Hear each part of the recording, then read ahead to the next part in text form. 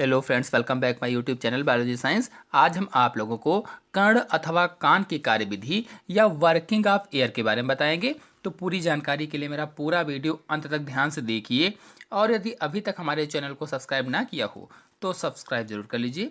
चलिए शुरू करते हैं। तो पिछले वीडियो में कान की संरचना में मैंने बताया था कि हमारे कर्ण अथवा कान के दो प्रमुख कार्य होते हैं। पहला, शरीर का संतुलन बनाए रखना, और दूसरा, ध्वनि तरंगों को ग्रहण करना अथवा श्रवण क्रिया या सुनना। तो आज के वीडियो में हम लोग इन्हीं दोनों कामों की कार्यविधि जानेंगे। तो चलिए पहले शरीर का संतुलन बनाए रखने की कार्यविधि को समझ लेते हैं। बता दें कि शरीर का संतुलन बनाए रखना कानों का प्राथमिक और मौलिक कार्य है। यानी शरीर का संतुलन बनाना कान का प्राथमिक और मौलिक कार्य है। अब प्रश्न ये है कि ये संतुलन कान का कौन सा भाग करता है। कान के यूट्रिकुलस, सैकुलस और तीनों अर्धवृत्ताकार नलिकाएं शरीर का संतुलन बनाए रखने का कार्य करती हैं। यानी यूट्रिकुलस, सैकुलस और अर्धवृत्ताकार जो नलिकाएं हैं ये शरीर का संतुलन बनाए रखने का कार्य करती हैं। यदि आप लोग यूट्रिकुलस, सैकुलस और अर्धवृत्ताकार नलिकाओं के बारे में नहीं जानते हैं कि ये क्या हैं, कैसी होती हैं, तो मैंने पिछले वीडियो में कान की संरचना में सब कुछ चित्र सहित समझाया है। आप लोग जाकर के वो वीडियो देख लीजिए, सब कुछ समझ में आ जाएगा।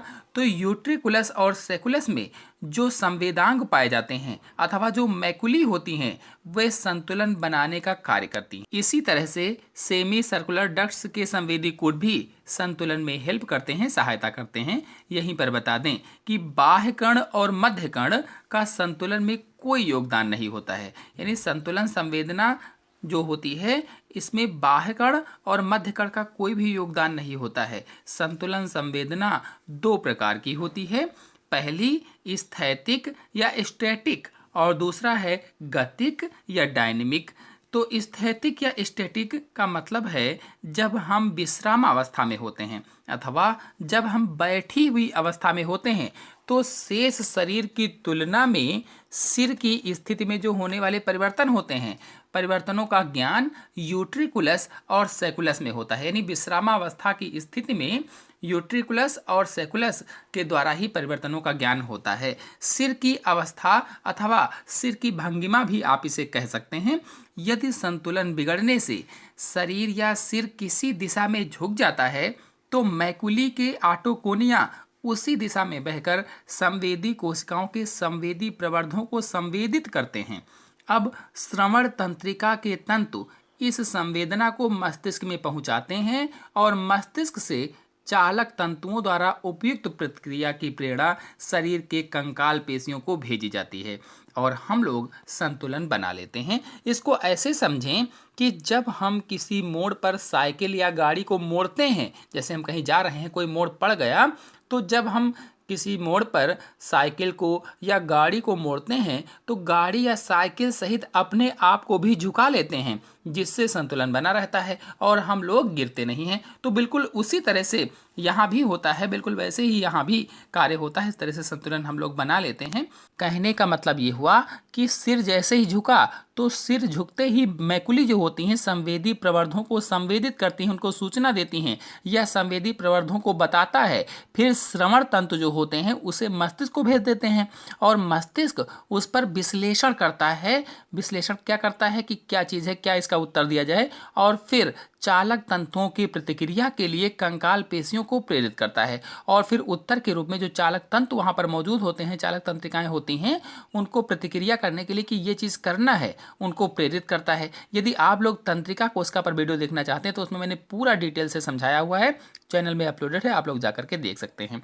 तो इस प्रकार से संतुलन बना रहता है, यानी इस प्रकार से हम लोग संतुलन बना लेते हैं। तो ये संतुलन विश्राम अवस्था का था। यदि गतिक संतुलन को देखा जाए तो गतिक संतुलन संवेदना का संबंध चलने, फिरने, दौड़ने, व्यायाम करने आदि के समय हमारे शरीर के संतुलन को बनाए रखने से होता है। यानी हम चल रहे हैं, दौड़ रहे हैं, व्यायाम कर रहे हैं आदि के समय जो हमारे शरीर का संतुलन होता है उसको बनाए रखने से संबंधित है गतिक संतुलन। इसमें प्रमुख भूमिका चुंबकीय संवेदी कूटों की होती है। चुंबकीय संवेदी कूट यानी एम्पुलरी सेंसरी क्रिस्टा, तो गतिक संतुलन बनाए रखने में एम्पुला के संवेदी कूटों की भूमिका होती है। चाहे चुंबकीय संवेदी कूट कहें, चाहे एम्पुला के संवेदी कूट कहें तो गतिक संतुलन में इनकी प्रमुख भूमिका होती है।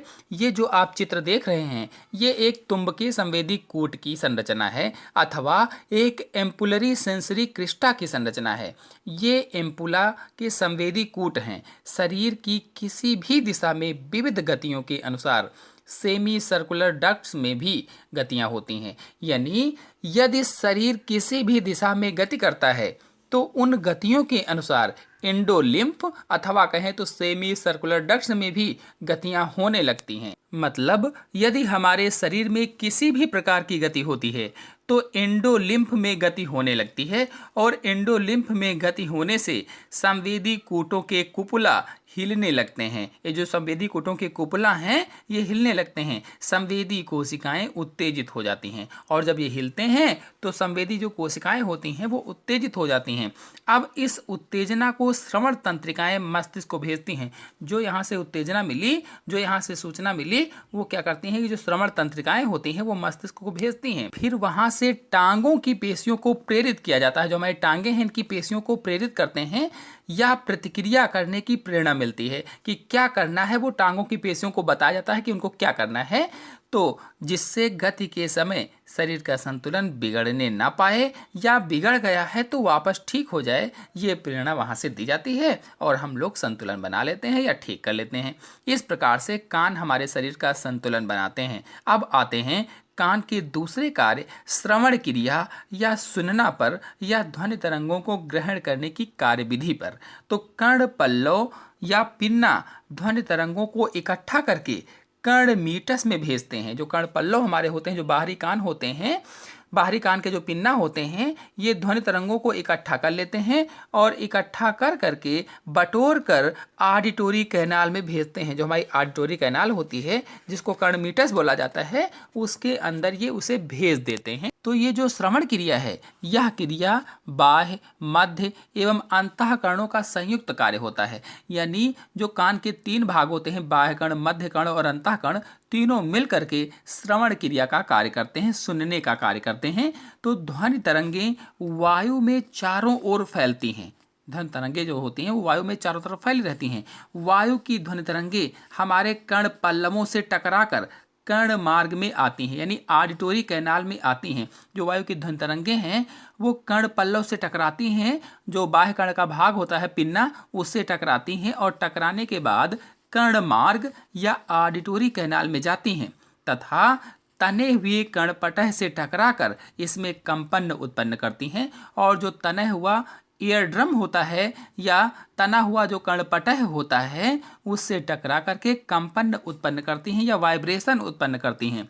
यही कंपन क्रमशः तीनों कर्ण अस्थियों में होता हुआ, जो हमारे कान की 3 अस्थियां हैं जो मैंने संरचना बताई थी उसमें डिटेल से उनके बारे में बताया है, तो उन अस्थियों में होता हुआ फेनिस्ट्रा ओवलिस पर मढ़ी हुई झिल्ली में पहुंचता है। यानी तीनों कर्ण अस्थियों से होता हुआ फेनिस्ट्रा ओवलिस पर जो झिल्ली मढ़ी होती है, झिल्ली चढ़ी होती है, उस पर पहुंचता है और फेनिस्ट्रा ओवलिस की झिल्ली में कंपन उत्पन्न करता है। ये जो आप चित्र देख रहे हैं ये कॉकलिया की अनुप्रस्थ काट का चित्र है।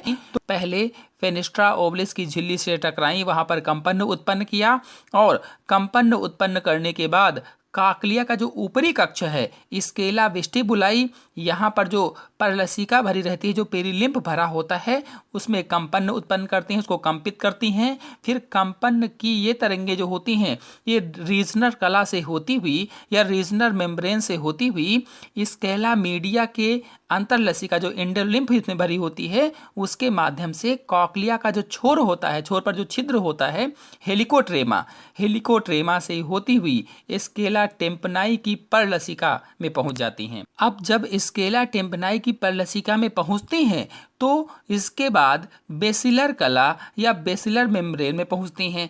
तो कार्टाई के अंग में भी कंपन होता है। यानी जब बेसिलर कला पर पहुंची तो जो कार्टाई के अंग होते हैं उसमें कंपन होने लगता है। अब इससे कार्टाई के अंग की संवेदी कोशिकाएं जो होती हैं, जो यांत्रिक ग्राही होते हैं, वहाँ के जो रोम होते हैं अपेक्षाकृत स्थिर टेक्टोरियल कला के पदार्थ से टकरा जाते हैं। यानी श्रवण संवेदना की प्रेरणा स्थापित कर देते हैं, सुनने की संवेदना की स्थापित कर देते हैं। कॉक्लियर तंत्रिका इसी प्रेरणा को श्रवण तंत्रिका में पहुंचा देती है। जो कॉक्लियर तंत्रिकाएं होती हैं वो इस प्रेरणा को क्या करती हैं कि श्रवण तंत्रिका में पहुंचा देती हैं और श्रवण तंत्रिका इसे मस्तिष्क में पहुंचाता है। मस्तिष्क से उपयुक्त अपवाहकों अंगों द्वारा या इफेक्टर्स ऑर्गन्स के द्वारा इसको आवश्यक प्रतिक्रिया की प्रेरणा भेज दी जाती है। यानी मस्तिष्क से उधर से संदेश भेज दिया जाता है कि क्या आवाज आई है और हम लोग जान जाते हैं कि ये चीज बोली गई है, ये चीज आवाज आई है। यहीं पर आपको बता दें कि कॉक्लिया में उत्पन्न कंपन तरंगें स्केला टिम्पेनाई की जो पेरिलिम्फ होती है, जो परलसिका होती है, इससे होती हुई फेनिस्ट्रा रोडेंटस पर मढ़ी हुई झिल्ली पर पहुंचकर समाप्त हो जाती हैं। यानी डंपिंग ऑफ साउंड वेव जो होता है वो धीमा हो जाता है, खत्म हो जाता है और हेलिकोट्रेमा छिद्र के सूक्ष्म होने से कुछ ध्वनि तरंगें इसमें भी गुजरते समय समाप्त हो जाती हैं।